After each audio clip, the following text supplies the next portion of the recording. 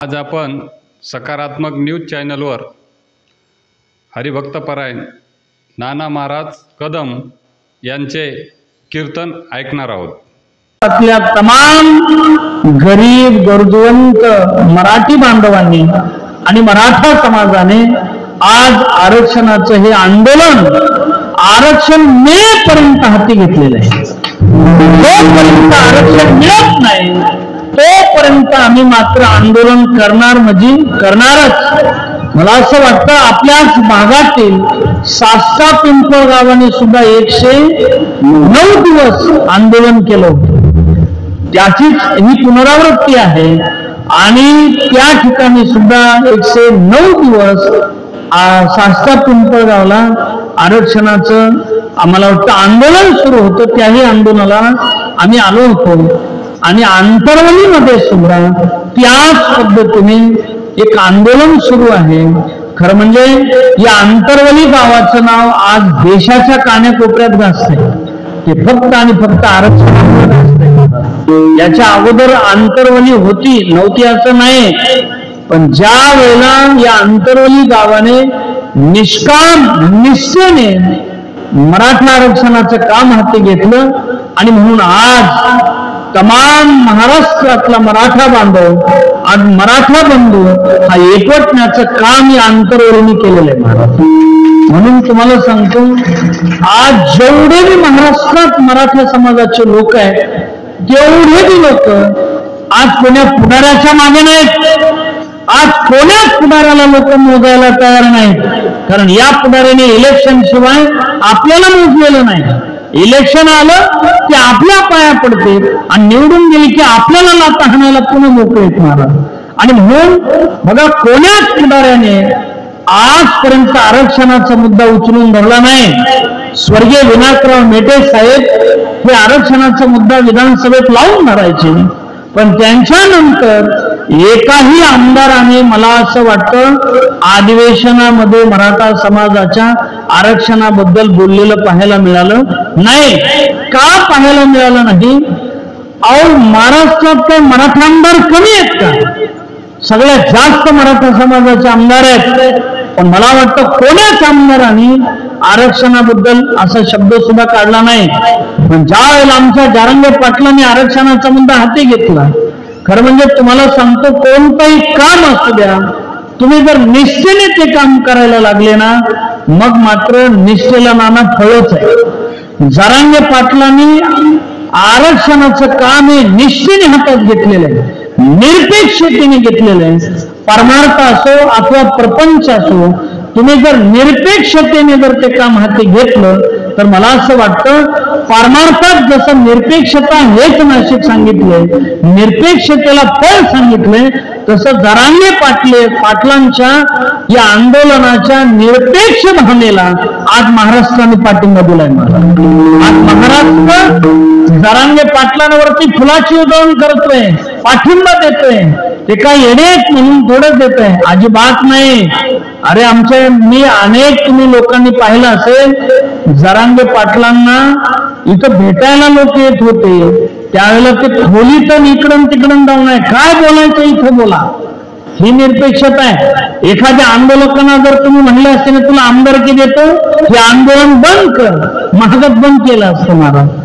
पण या माणसाला आमदारकीची गरज नाही, याला फक्त गरीब आमचा दीन दुबळा वंचित शोषित मराठा आहे त्या मराठ्याच्या पदरी आरक्षण टाकायचंय आणि स्वतःचा देह जावो अथवा राहो, मी गेलो काय राहिलो काय, पण तरी सुद्धा माझ्या समाजाला आरक्षण देऊनच जाणार ही भावना त्यांची आहे। आणि म्हणून आज महाराष्ट्रात त्यांचं ठिकठिकाणी स्वागत होतंय। जारंगे पाटलांना लोक पाठिंबा देत आहेत। तुम्हाला सोपं सांगू, अहो परवा तुम्ही पाहिलं असेल जारंगे पाटलांना बसायला फार मोठं सिंहासन केलं होतं, मी पण ते पाहिलं टीव्हीत। पाटलांना आसन केलं होतं बसायला, लोकांना वाटलं आले की आसनावरती जारंगे पाटील विराजमान होतील, पण जारंगे पाटील म्हणले मी आसनासाठी फिरतच नाही। खरं सांगू का, तुम्ही जर खुर्चीसाठी आणि आसनासाठी फिराल आणि पळाल तर खुर्ची पुढे पळत असते, पण तुम्ही खुर्चीचा त्याग केला तर खुर्ची मागे पळत असतात. आज जरांगे पाटील कोणी मतदारसंघात उभा राहू द्या, मला खाटकीने निवडूनच येईन कधी आमचा आमदारच होईल. त्यांना काय जरांगे पाटलाला पैसे वाटायची गरज नाही बरं का गणेश बुवा, निवडूनच कधी येईल, पण त्यांना आमदारकीची तसली गरज नाही. राज्याचा मुख्यमंत्री त्याला भेटायला येतो, ज्या माणसाला मुख्यमंत्रीने स्वतः भेटायला यावं, आणखी काय आहे निरपेक्षतेचं फळ महाराज. आणि म्हणून तुम्हाला सांगतो की आज त्यांनी ती खुर्ची एका मिनिटात बाजूला सरली. मला त्या खुर्चीशी घेणं देणं नाही, मी खुर्ची बसण्यासाठी तुमच्याकडे आलेलो नाही, मला फक्त माझ्या लोकांना आरक्षण मिळवून द्यायचंय. आणि म्हणून ज्या समाजाने आजपर्यंत सर्व समाजाला दिले सर्व अर्थाने संरक्षण, त्या मराठा समाजाला मिळालं पाहिजे आरक्षण. आणि म्हणूनच आमचे जरांगे आणि मराठा आरक्षण या भावनेतून हिंडत आहेत. आणि म्हणून येत्या 14 तारखेला आज लाखोनी लोक होणार आहेत महाराज. 14 तारखेला येत्या महाराष्ट्रातील लाखो लोक जरांगे पाटलांना पाठिंबा देण्यासाठी येत आहेत. आणि हे खऱ्या अर्थाने आंदोलनाचं यश आहे, आंदोलनाचं फळ आहे. आणि म्हणून मी शास्त्रा पिंपळगावला धन्यवाद देईल. तुम्ही बी 109 दिवस आंदोलन केलं. आज त्याच आंदोलनाच्या अर्थात त्या आंदोलनाच्या जोरावरती या गावाने सुद्धा आंदोलन हाती घेतलं. आणि म्हणून आज तमाम महाराष्ट्रातला मराठा समाज एकत्रित झाला. महाराज आता इलेक्शन लागलंय, पुढाऱ्यांना वाटतं इलेक्शन लागलं की आरक्षण बाजूला सरकल, पण तुम्हाला सांगतो इलेक्शन लागू काय होईल, आरक्षण मिळाल्याशिवाय आपण बाजूला सरकायचं नाही. म्हणून बघा तुम्ही या गावचे तो लोक खरे भाग्यवान आहेतच. या गावच्या लोकांनी महाराष्ट्रातला मराठा जागा केला महाराज, ही खऱ्या अर्थाने धन्यवादच पात्र गाव आहे. महाराष्ट्रात अनेक गाव आहेत, पण अनेक गाव एवढे दिवस तक धरून बसतील असं सांगता येणार नाही. तुमच्या गावाने नाना 109 दिवस आंदोलनाला पाठिंबा दिला, ही बी काही सामान्य गोष्ट नाही.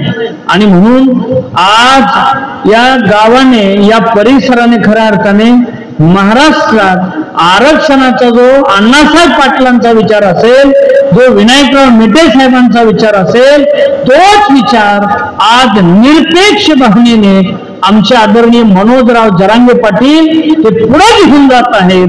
आणि त्यांना पाठिंबा देण्यासाठी तुम्ही आम्ही आहोत. एक सांगू तुम्हाला, जोपर्यंत आपल्याला आरक्षण मिळत नाही तोपर्यंत आता शांत बसायचं नाही, शांत बसायचं नाही. कारण सांगू, माझं सध्या PhD सुरू आहे, मला माहित आहे. मी नोकरी सोडून दिली, 2-2 मार्कावून हुकलोय मी मुकेश. हो मला माहित आहे, ज्याला जास्त मार्क आहेत ते त्याला नोकरी लागणार. माझ्या खालचे पान आता 4 चाकी गाडीत फिरते, ह्याचं दुःख मला असं समजू नका. मी खुश आहे, मी 7 लाखाच्या गाडीत फिरतोय, पण मी अभंग सांगत फिरतोय. अर्थात विषय असा आहे की जर खऱ्या अर्थाने एक जे अभ्यास करतात ना लेकरं, त्यांना आरक्षणाची किंमत आहे महाराज. जे अभ्यासच करत नाहीत, जे फक्त पुढाऱ्याच्या मागे भोंगलत हिंडते, त्यांना आरक्षणाची गरज नाही. आणि मराठा समाजातले काही काही पुढारी असे माजलेले आहेत, हे कट करानंतर हे लाईव्ह जरा खोटाच होतो बघा, त्याच्यावर मी हे बंद करायला लावणार होतो, कारण मी बी खानदानी पाटील आहे म्हणून देत नाही ह्याला बरं का. कारण आमच्या आजपर्यंतच्या आजा पंजांनी जहागिरी जाऊन दिली पण फुगिरी जाऊन दिली नाही, त्याच्या आम्ही वारसदार आहेत. पण आता काय झालंय बघा गणेशराव, की वारसदारावरच आता जरा अडचणीचा कार्यक्रम आलाय म्हणून हे झटायचं आले, नाही तर आम्हाला काही असं हे समजायची गरज नाही. आणि आमची तेवढी उदारता आहे, आमच्या आजा पंजांनी अरे कितीतरी गावाची गावं सांभाळलेली आहेत, लोकांचे लोक सांभाळलेले आहेत. पण आज खऱ्या अर्थाने गरज आहे. खाण्यासाठी आरक्षण मागत नाहीत, खायला काही कमी नाही, कोणाला भरपूर आहे खायला. फक्त जे अभ्यास करतात ना लेकरं, त्यांना महाराज आरक्षणाची गरज आहे. ज्यांना अभ्यासच करायचा नाही, ज्यांना काही काम धंदा करायचा आहे, त्यांना गरज नाही. पण तुम्हाला सांगतो, 1-1, 2-2 मार्कावून जर तुमची परीक्षा हुकली, 1-1, 2-2 मार्कावून जर तुमचा चान्स हुकला, तर मग कळतंय महाराज की आता तुम्ही ऐकलं असेल मागच्या तलाठी भरतीत 86 वाला नाना तलाठी झालाय आणि 186 वाला घरी गेले. सांगा आता कसं करायचं? ते 86 वाला 200 रुपये घेतल्याशिवाय सही करीन का? त्याला अक्कल तरी असेल का? 86 ला पास झालंय ते. मला सांगा, डॉक्टर जर व्हायचा असला तर 500 मार्कावाला बी आपला डॉक्टर व्हायला आणि 300 वाला बी डॉक्टर होतो. मग 300 वाला सुई देताना असा जास्त अभ्यास करून देईन का 500 वाला जास्त डॉक्टर हुशार असेल? सांगा तुम्ही. 500 मार्कावाला डॉक्टर थोडा अभ्यास केलेला असेल ना, पण तो डॉक्टर आहे ना, म्हणजे काय झालं? गांधीजी की देश में गधे घोड़े के रेस में घोड़े को नहीं मिल रहा ग्रास, लेकिन गधे खा रहे च्यवनप्राश.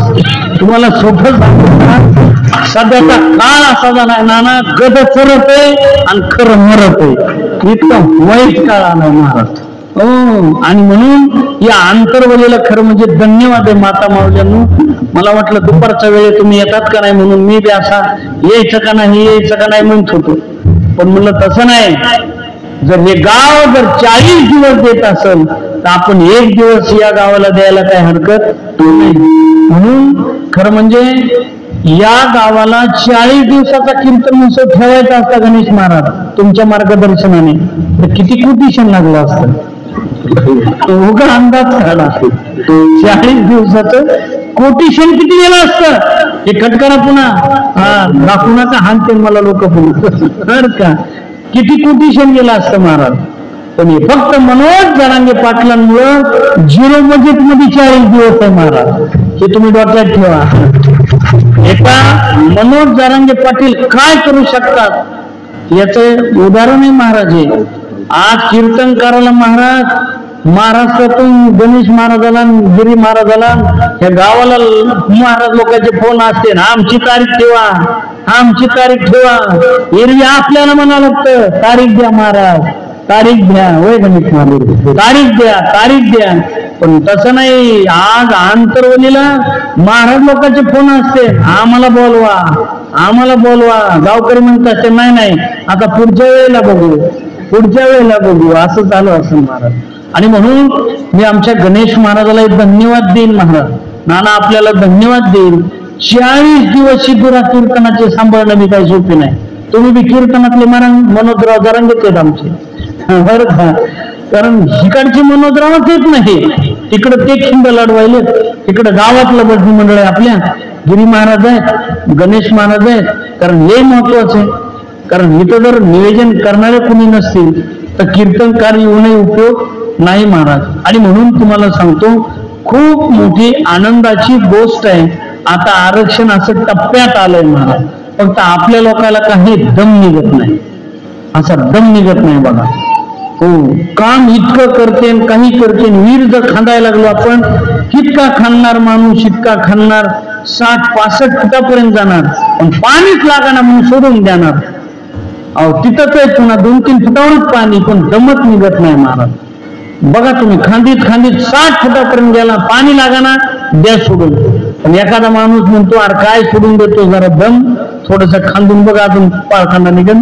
आणि थोडस खाणलं की जसं पाणी येतं, आता तसंच आहे महाराज.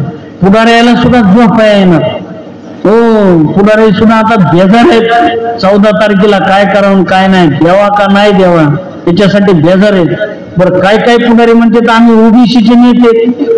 तुम्ही ओबीसीचे जरी नेते असले तरी मराठ्याचे मतं घेतलेतच ना, तेव्हाच तुम्हाला किंमत आली ना. का बिगर ओबीसी नुसत्या ओबीसीचेच मतं घेतलेत म्हणजे म्हणून म्हणलं त्याच्याकडे बघू नका, ते मराठ्याच आहे.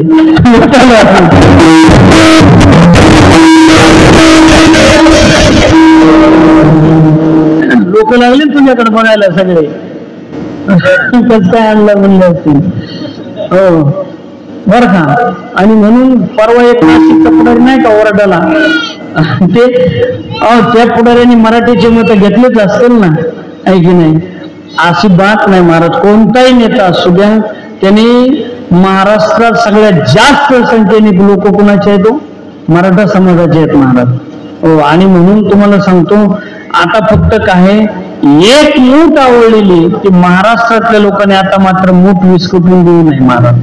काय असतंय, लोकांना आपल्या जवळ मिळायच्यात असं भेटात आलं की महाराज लोक, अहो तुम्हाला सांगतो मुख्यमंत्री आले ना काय काय लोकांचे विचार इतके दलिंदर आहेत, काय काय इतक्या दलिंदर विचाराचे लोक आहेत काय काय तुम्हाला सांगतो. एक जण श्रावणात माझं कुठंतरी कीर्तन होतं त्या दिवशी, ते मुख्यमंत्री तुमच्या इथं आले होते या गावात त्या दिवशी, म्हणले बहुतेक जरांगे पाटील मॅनेज झाला बघा, तेव्हा उपोषण सोडलं. मी म्हणलं सोमवार आहे, तुझ्या बायकोने 3दा शाबू खाऊ घातला असेल तुला, तो 15 दिवस झालं माणूस उपाशी, त्याला आहे का नाही काय पोट, त्याचं पोट आहे का पाठ आहे ते दिसाना म्हणलं, आणि तू 3दा शाबू हाणून बी म्हणतो संध्याकाळी की मनोजराव मॅनेज झाली काय की तेव्हा उपोषण सोडलं. म्हणजे इतक्या खालच्या दर्जाचे लोक आहेत बघा काय काय, हो इतक्या खालच्या आहेत. असल्या लोकांकडे लक्ष देऊ नका महाराज. काय काय लोक विनाकारण माणसाचा विचार बदलतात.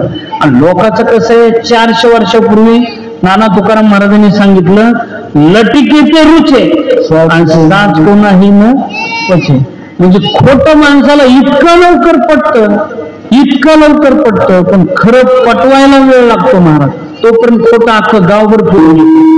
तुम्हाला सोपं सांग का, इकडे बघा मावशा बचत गटावर, इकडे बघा तुम्हाला मी 5 किलो तूप दिलं, किती किलो तूप दिलं, इकडे बघा माझ्या ताईंनो किती किलो तूप दिलं तुम्हाला, 5 किलो तूप दिलं. आणि 5 किलो तुपामध्ये 1 थेंब रॉकेल टाकला तर ते तूप तुम्ही दररोज चपातीला लावून खाताना, आता ज्या झोपल्यात का त्या कशा करतात,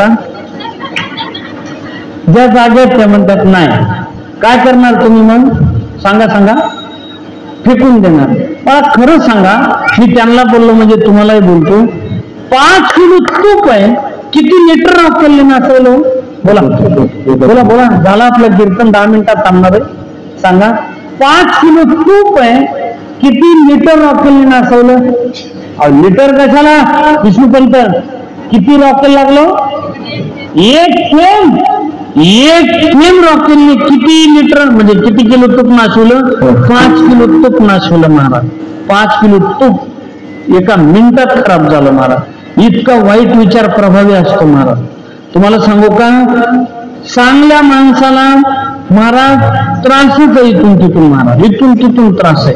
तुम्ही चांगलं करत होता म्हणून पोलिसांनी जोडलं का नाही तुम्हाला, खरं सांगा जोडलं का नाही. बरं तुम्हाला जोडलं नसलं तर हे महाराष्ट्र पेटला असता का, म्हणून जोडलं तुम्ही बरं झालं. म्हणजे ज्यांनी मार खाल्ला ते म्हणले असे बरं मुद्दा मेला मला हल्लं म्हणतोय, तसं नाही. तुम्ही थोडासा मार सहन केला म्हणून आज महाराष्ट्रातला मराठा समाज काय झाला, एक झाला. नाही ते दाखलगाव आला असतं का अंतरवलीत, आले असते का, नाही नाही दाखलगावच काय नीट मिळून मी बी आलो नसतो, कुणीच आलं नसतं महाराज. पण महाराष्ट्रात त्या दिवशी जी प्रतिक्रिया होती ना ती सगळी तुमच्या बाजूने होती महाराज, इथल्या लोकांच्या बाजूने होती. ते आजींचं ते सगळं पाहिलं आम्ही सुद्धा टीव्हीवरती महाराज, किती अवघड आहे. आणि म्हणून चांगल्या माणसाला त्रास असतो महाराज. बघा तुम्ही गावात चांगल्या वागणाऱ्यालाच लोक त्रास देतात, वाईट वागणाऱ्याला कोणी नीट सुद्धा बोलत नाही. तुम्हाला सोपं सांगू का, परीक्षा ही त्याचीच असते ज्याने अभ्यास केलाय त्याची, ज्याने अभ्यासच केला नाही ती काय त्याची काय परीक्षा असते का, अजिबात नाही. आणि म्हणून चांगल्या माणसाला त्रास असतो. चांगल्याला पटवून द्यावं लागतं मी चांगला आहे, वाईट माणसाला पटवून द्यायची गरज नाही मी चांगला आहे, ते लगेच लोकांना पटतो महाराज. सोपं सांगू का तुम्हाला, दूध विकणाऱ्याला दररोज लोकांच्या घरी जावं लागतं बरं का रामनाथ महाराज.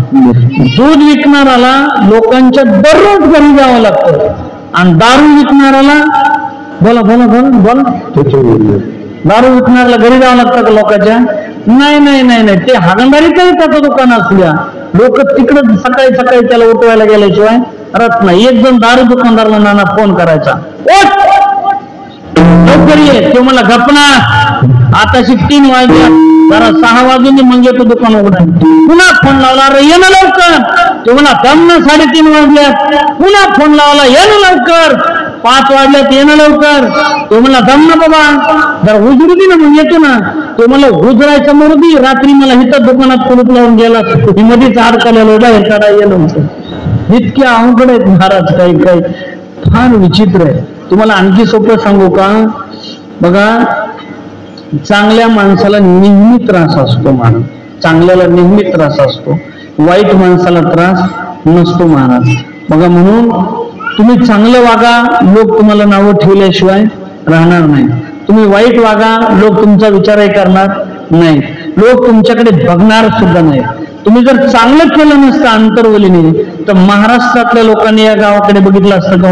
नाही.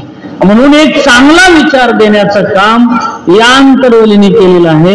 एक चांगली प्रेरणा देण्याचं काम, चांगला म्हणजे पाठिंबा देण्याचं काम, चांगला विचार पुढे घेऊन जाण्याचं काम या अंतरवली गावाने केल्यामुळे आज तुम्हाला सांगतो, सगळे जणांचे डोळे, सगळे जणांचं लक्ष हे आपल्या गावाकडे लागलेलं आहे. प्रत्येक जण म्हणतंय मला अंतरवलीला जाऊन यायचंय.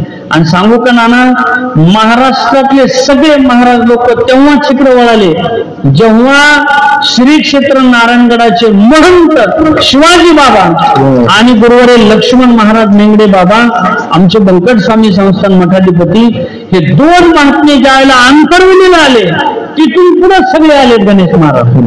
त्याच्या अगोदर एक बी महाराज आला नव्हता. का आलता? एक बी नाही महाराज. पण तुम्हाला सांगतो, आज या दोन माणसांनी ज्याला पाठिंबा जाहीर केला मनोजरावला, त्याला महाराष्ट्रातले सगळे महाराज लोक पुन्हा इकडे कीर्तनाकडे येऊ लागले. महाराज पुन्हा आंदोलनाला भेट देऊ लागले. त्याच्या अगोदर 4-5 दिवस आंदोलन सुरू होतं, पण पुण्यक महाराज लोक सुद्धा आले नव्हते. पण ज्यावेळेला आमच्या गुरुवारी शिवाजी बाबा आणि लक्ष्मण महाराज आले, त्यावेळेला मात्र महाराष्ट्रातले सगळे टाळकरी माळकरी आपापल्या पद्धतीने आंदोलनाला पाठिंबा देऊ लागले. मी आणखी तुम्हाला पुढे घेऊन जातो. मनुष्याच्या जीवनामध्ये कोणतंही काम असू द्या, ते काम निष्ठेने करणं अत्यंत महत्वाचं आहे. तुम्ही शेती करत असाल ती निष्ठेने करा, तुम्ही उद्योग व्यवसाय करत असाल निष्ठेने करा, तुम्ही प्रपंच करत असाल निष्ठेने करा. तुम्हाला सांगतो, आपण जर शेतकरी असाल तर ती अत्यंत प्रामाणिकतेने करा. एक दिवस ती प्रामाणिकता तुम्हाला फळ दिल्याशिवाय राहणार नाही. तुम्ही शेती उत्तम करत आहात, ती उत्तम करा. एक दिवस आमच्या गुरुवारी सुनाम बाबा म्हणायचे, व्यवसाय निमित्त आणि फळ देत असे संचित. तुम्हाला संचित फळ दिल्याशिवाय राहणार नाही, पण तुम्हाला त्याच्यासाठी काय करावं लागेल की निष्ठा ठेवून काम करावं लागेल. तुम्ही उत्तम शेती करत असाल तर उत्तम शेती करणं हाच तुमचा परमार्थ आहे.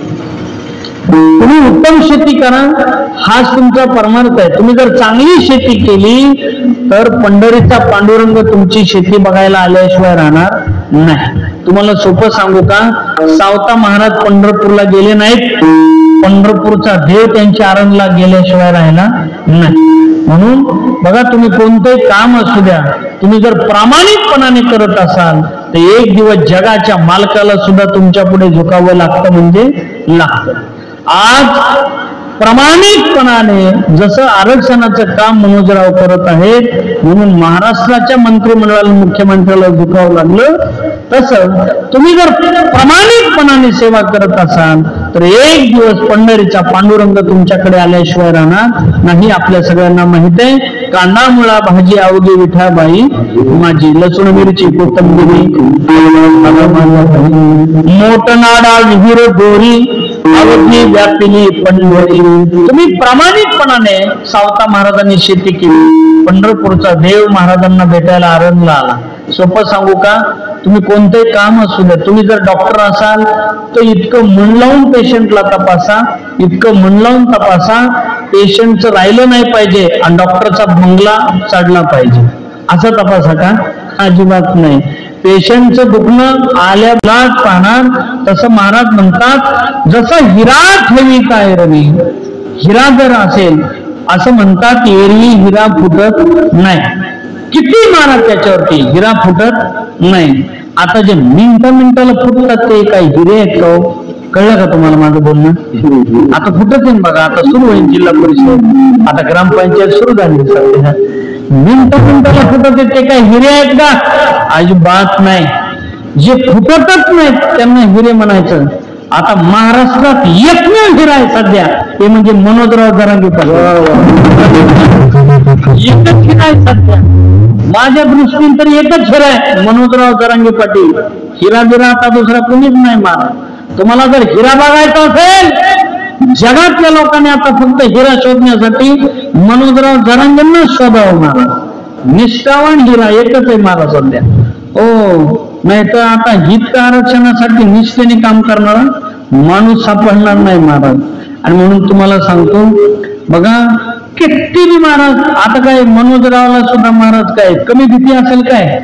प्रचंड दबाव किती असेल महाराज. ते काय इथं गावच्या सरपंचाच्या विरोधात बोलायचं म्हणलं तर तीनदा विचार करावा लागतोय. गाम पुसायला हात रुमाल हाय का नाही बघा वाटतोय, आहे का नाही? सरपंचाच्या विरोधात बोलताना ते माणूस कुणाच्या विरोधात बोलतोय. काही आम्हाला गरज नाही, आम्हाला फक्त आरक्षण द्या, मग आम्ही तुमचे. ही काय साधी डिरिंग आहे काय महाराज? हो, बोलून बघा बरं बायकोला उलट तुम्ही घरी जाऊ. तुम्हीच काय पण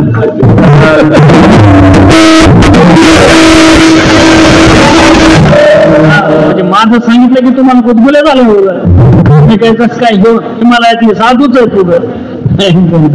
ऐका बरं का, विनोदाचा भाग सोडून द्या. तुम्हाला सांगतो कधीच हिरा फुटत नाही असा हिऱ्याचा गुणधर्म आहे. आणि म्हणून सांगू का, महाराजांनी म्हणूनच हिऱ्याची निवड केली.